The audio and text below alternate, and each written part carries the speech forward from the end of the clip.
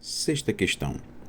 A Meta concordou em pagar uma multa de 115 mil dólares depois de uma denúncia de que a empresa teria violado o Fair Housing Act, lei que proíbe discriminação por parte de proprietários e empresas imobiliárias.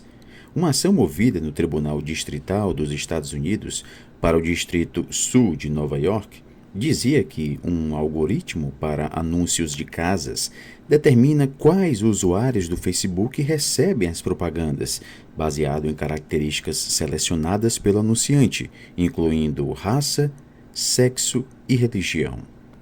Bem, pessoal, no dia 11 de abril de 1968, apenas uma semana após o assassinato do líder negro Martin Luther King, o presidente norte-americano Lyndon Johnson assinou a lei que representaria um marco emblemático na legislação contra a segregação racial nos Estados Unidos. A proposição de Johnson de uma nova lei dos direitos civis ficou conhecida também pelo nome de Fair Housing Act, ou Lei de Moradia Justa.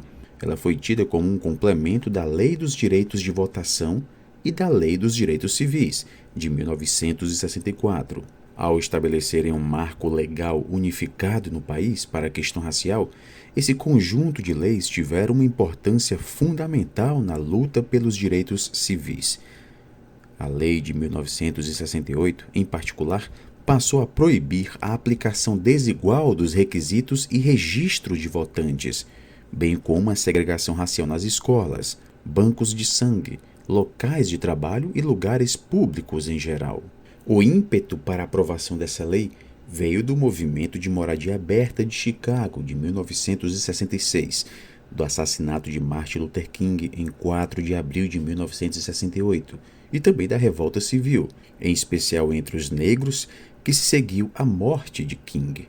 Pois bem, pessoal, considerando aqui o funcionamento das mídias sociais apontado na reportagem, um desafio colocado para o ensino de história é a identificação de. Então, considerando aqui o conteúdo que gira em torno da reportagem, que é justamente o da lei aqui em tela, né? Nós temos que as mídias sociais nos trazem um grande desafio, que é justamente a da identificação da reprodução de preconceitos, porque é justamente isso que nós podemos ver nesta mídia social, no caso aqui, o Facebook. O algoritmo para anúncios de casas estaria contribuindo, né, para a reprodução de preconceitos, uma vez que características de raça, sexo e religião seriam determinantes para o recebimento ou não desses anúncios, né? Então, isso sim reproduz preconceitos. Então, pessoal, a opção correta da sexta questão é a opção C de casa. Sétima questão. Para atender à habilidade da BNCC de História do sétimo ano do ensino fundamental, uma professora escolheu um trecho de entrevista do artista Denilson Baniwa, uma de suas obras, e a obra de Rugendas, que lhe serviu de referência. Nós temos aqui a habilidade presente na BNCC, analisar os diferentes impactos da conquista europeia da América para as populações ameríndias e identificar as formas de resistência. Denilson Baniwa, que se considera um artista antropófago, pois se apropria de linguagens ocidentais para descolonizá-las em sua obra, afirma: como indígena, eu estou pensando muito mais nos milhares de anos de presença da arte indígena no território brasileiro. Ele lembra que esse apagamento ainda tem reflexos nos dias de hoje, sem que haja uma contrapartida suficiente para a sua compensação. Nós temos aqui as pinturas Tudo é Gente, de Denilson Baniwa, e a pintura de Rugendas, Botocudos. A escolha das imagens e o uso da entrevista indicam a construção de uma aula com o objetivo de. Então, repara que nesta aula é utilizado aqui um trecho da entrevista do artista Denilson Baniwa, uma das obras dele, que é justamente Tudo é Gente, Obra esta que tem como referência a obra de Rugendas, Botocudos. E reparem que na pintura de Banilha nós temos aqui um elemento verbal, né? Este aqui, meu filho, é o teu tio. É como se ele estivesse aqui dando voz aos indígenas, né? Já na obra Botocudos, de Rugendas, nós temos aqui apenas a pintura, né? Não há um diálogo aqui. Então, o que nós vemos, o que nós podemos ver de diferente, né, é justamente o acréscimo do elemento verbal, né, na pintura de Banilha. Ele dá voz aqui aos indígenas. E quando a gente leva para a sala de aula uma entrevista, né, nós estamos levando a voz de alguém. No caso específico aqui de Denilson Banilha, é como se nós estivéssemos aqui levando a voz do próprio indígena, né? E nós podemos perceber isso no trecho. Como indígena, eu estou pensando muito mais nos milhares de anos de presença da arte indígena no território brasileiro. Então, ao levar essa entrevista para a sala de aula, nós estamos levando a voz do indígena. Nós não estamos levando aqui apenas um elemento material, né, de alguém que não é indígena e que fala sobre o indígena. Nesse caso específico, nós estamos levando também, né, a voz do próprio indígena. Então, o uso das imagens e o uso da entrevista indicam a construção de uma aula com o objetivo de valorizar a agência de povos originários. Eles são povos ativos, né? Eles participaram da produção de sua própria arte, né? Então nós temos aqui de fato uma voz dada ao próprio indígena que, por meio de sua própria voz, ele expõe a arte indígena. E isso é uma forma de resistência que está presente justamente nas habilidades da BNCC, aí destacada nessa questão, né? Identificar as formas de resistência. E uma das formas de resistência é justamente por meio da arte, né? Da própria arte. A arte aqui, no caso, a arte indígena.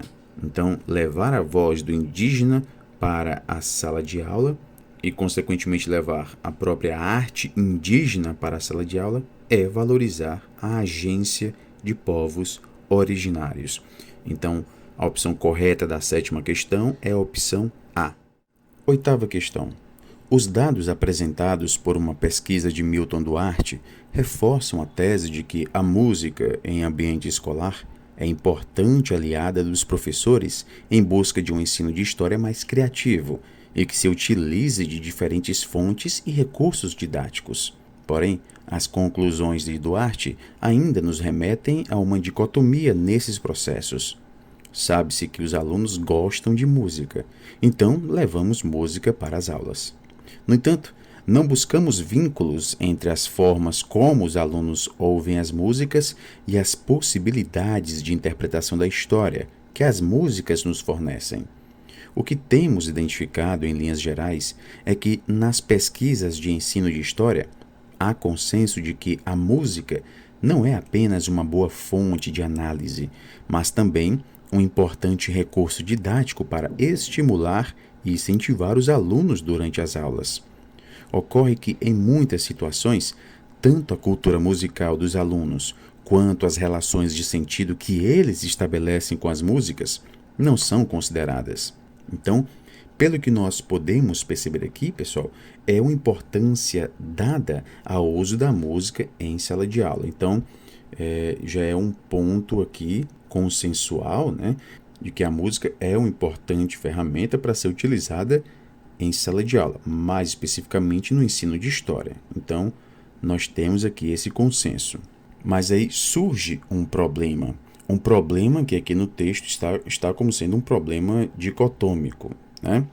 De um lado, nós temos aquilo que os alunos gostam de ouvir, e eles gostam de ouvir música. Ok, se eles gostam de ouvir música, então nós vamos levar música. Mas a forma como a música é exposta em sala de aula é diferente da forma que os alunos têm de ouvir música.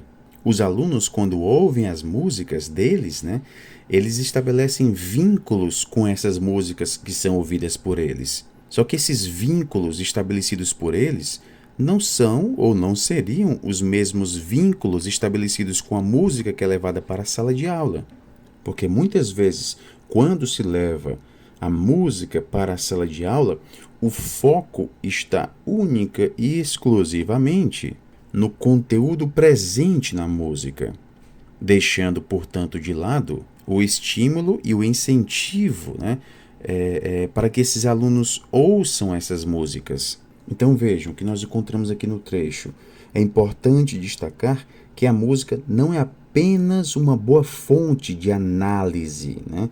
Ou seja, a música não é apenas aquela fonte conteudista, né, para ser trabalhado aqui na aula de história. É preciso trabalhar também a relação deste aluno com a própria música, até porque cada aluno vai ter uma relação diferente com a música, né? Cada aluno vai estabelecer relações de sentido com a música. Nós vamos ter, obviamente, várias subjetividades, né, que vão entrar em contato com essa música que é levada para a sala de aula. Então, essa dicotomia, o conteúdo presente na música e a subjetividade que vai entrar que vai se relacionar com essa música, isso deve ser trabalhado em sala de aula. O problema é que muitas vezes foca-se apenas em um lado dessa dicotomia, que é justamente o da análise do conteúdo da música, deixando, portanto, a subjetividade do aluno de lado. Pois bem, de acordo com o texto, para além de recurso didático e documento histórico, o uso da música em sala de aula também teria o objetivo pedagógico de... Então, diante de tudo que a gente já discutiu aqui, obviamente, a resposta correta é a letra B de bola. Mobilizar subjetividades, né? Então, para além desse recurso didático, né, para além da análise, né, para além dessa consideração da música como uma boa fonte de análise, é importante também se trabalhar a própria subjetividade, né? Então, a gente tem aqui como item correto da questão 8, o item B de bola, mobilizar subjetividades. Nona questão. Pandemia se diferenciou por provocar maior inatividade entre mulheres, negros e jovens. Segundo a pesquisadora Joana Simões Costa, a pandemia e o distanciamento social afetaram principalmente ocupações em que o tipo de trabalho não poderia ser realizado à distância. Essencialmente, as pessoas que estavam na informalidade foram as que mais perderam seus postos de trabalho. Como sabemos, grupos como os jovens, as mulheres e os negros apresentam maior taxa de informalidade, o que significa que foram os grupos mais vulneráveis à crise. A hierarquia social retratada evidencia que mulheres e negros, junto com jovens, foram os grupos sociais mais afetados pela pandemia. Para compreender os marcadores sociais da diferença apontados pela pesquisadora, um conceito a ser abordado no ensino de história é... Então veja, pessoal, nós temos aqui, dentre os grupos, né, que mais sofreram os impactos da pandemia, jovens, mulheres e negros. Podemos dizer que em nossa sociedade nós temos vários sistemas de opressão: raça ou etnia, classe social, capacidade física, localização geográfica. Esses grupos se relacionam entre si, eles se sobrepõem, demonstram que o racismo, o sexismo e as estruturas patriarcais são inseparáveis e acabam contribuindo para a discriminação e exclusão dos grupos de diferentes formas. É importante a gente lembrar que existem naturalmente diversas diferenças de gênero, cor de pele, idade, altura. Muitos indivíduos ou grupos, apenas por pertencerem a essas categorias, são submetidos a uma série de discriminações, preconceitos e opressões, como de classe, gênero, geração, raça, etnia e de orientação sexual. É aqui que nós vamos ter um conceito muito importante, que é o conceito de interseccionalidade. Esse conceito vai se debruçar nesse impacto dos sistemas de opressão sobre as mulheres negras. E graças às lutas, discussões e ativismos feministas sobre esse assunto, o conceito de interseccionalidade se tornou muito importante para as ciências sociais. Nos últimos anos, o número de autores interessados em alimentar e fortalecer a teoria da interseccionalidade aumentou consideravelmente. A produção sobre esse assunto também é muito marcante no Brasil. Nós temos nomes como Sueli Carneiro, Luísa Bairros, Lélia Gonzalez e Beatriz Nascimento. Isso nos mostra que a teoria da interseccionalidade tem estimulado diversas análises e encorajado investigações reflexivas, críticas e responsáveis, buscando justamente combater as consequências estruturais desses poderes que criam relações de subordinação e contribuir, portanto, para a adoção de políticas públicas que sejam eficazes, de inclusão social. Então, pessoal, o que nós podemos ver aqui nesta questão 9 é justamente o conceito que deve ser abordado no ensino de história, que tem relação com o texto presente na questão, é o conceito de interseccionalidade, que está aí presente no item D de dado. 10ª questão. Jô Soares e o Capitão Gay peitaram a homofobia muito antes da Marvel. Se hoje em dia a diversidade pauta boa parte dos filmes e séries que estreiam por aí nos anos 1980, ninguém estava muito interessado no assunto, ou quase.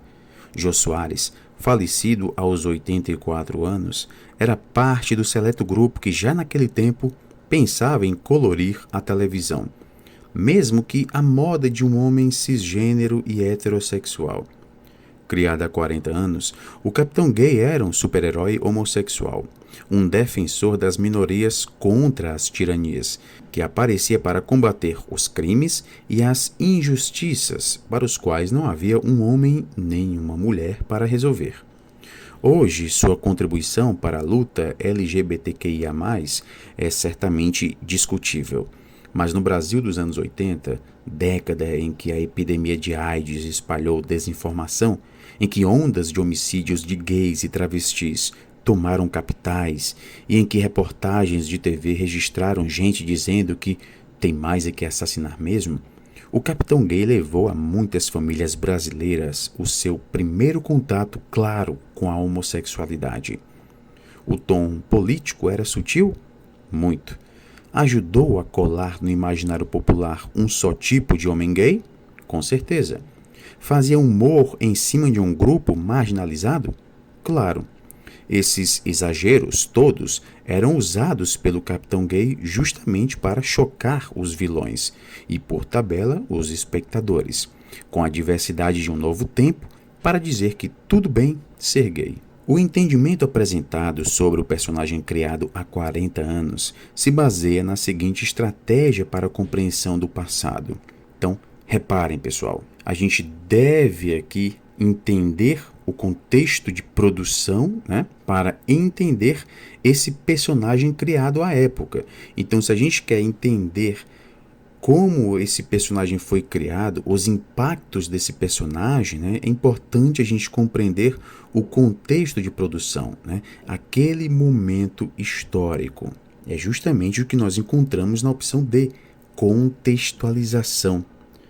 Essa ideia de contextualização vai de encontro à ideia de anacronismo, porque se fosse anacronismo, pouco importaria o contexto de produção, pouco importaria a questão histórica do momento. Então, a gente nem precisaria analisar aqui a questão histórica e relacionar esse momento histórico à produção dessa personagem.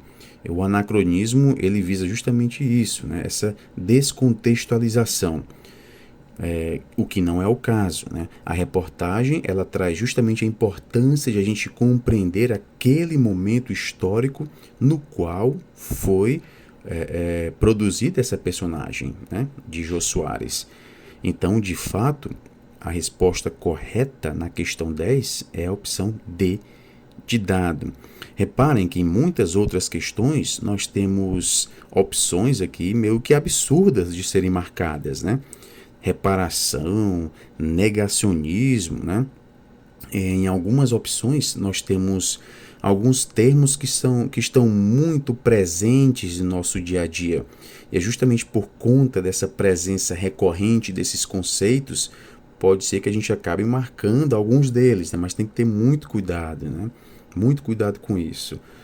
Então, a opção correta da 10ª questão é a opção D, de dado.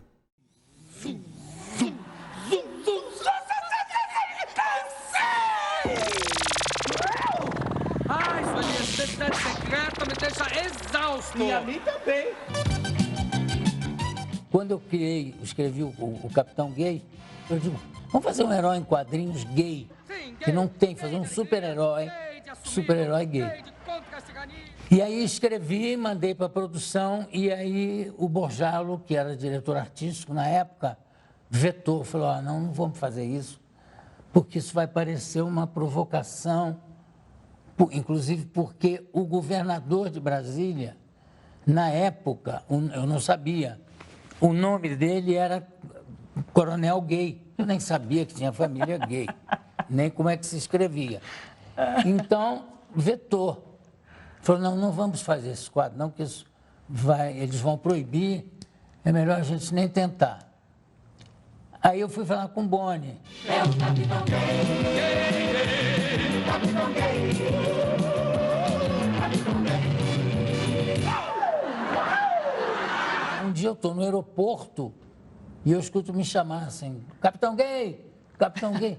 Eu olho, era um senhor que disse, vem aqui, deixa eu falar com você. Aí eu fui, ele se apresentou, olha, sabe quem eu sou? Eu falei, não conheço. Eu sou o Coronel Gay. Eu sou governador de Brasília, sou da família gay, meu nome é Coronel Gay. Mentira! E eu adoro o quadro. Grande aliado da censura é a paranoia. Você começa a achar que aquilo pode dar problema antes mesmo de testar.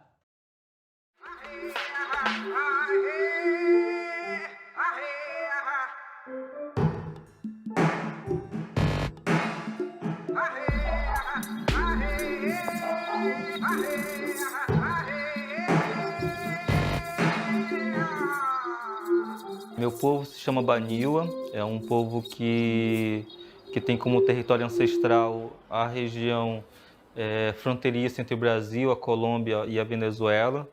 E é um povo milenar com histórias bem antigas, tão antigas que são anteriores à criação do universo.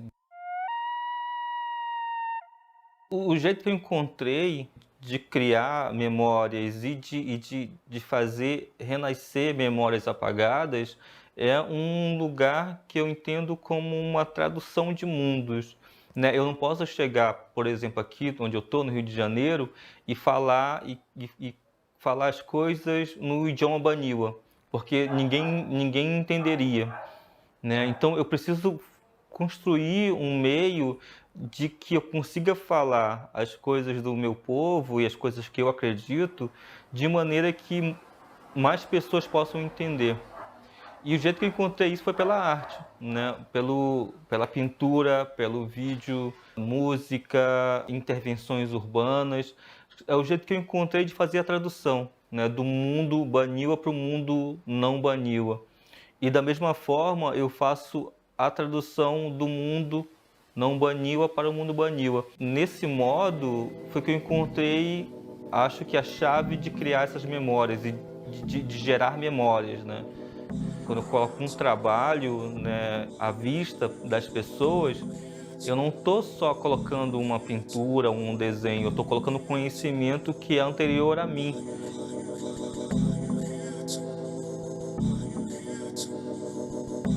como Baniwa, eu sempre pintei, desenhei e vi o mundo de uma certa maneira artística, né? Então eu faço desde de pegar cópias de documentos históricos, fotografias de obras ou obras de arte históricas e rasurar elas e colocar comunicações sobrepondo ela. Então é uma tentativa de contar o outro lado da história.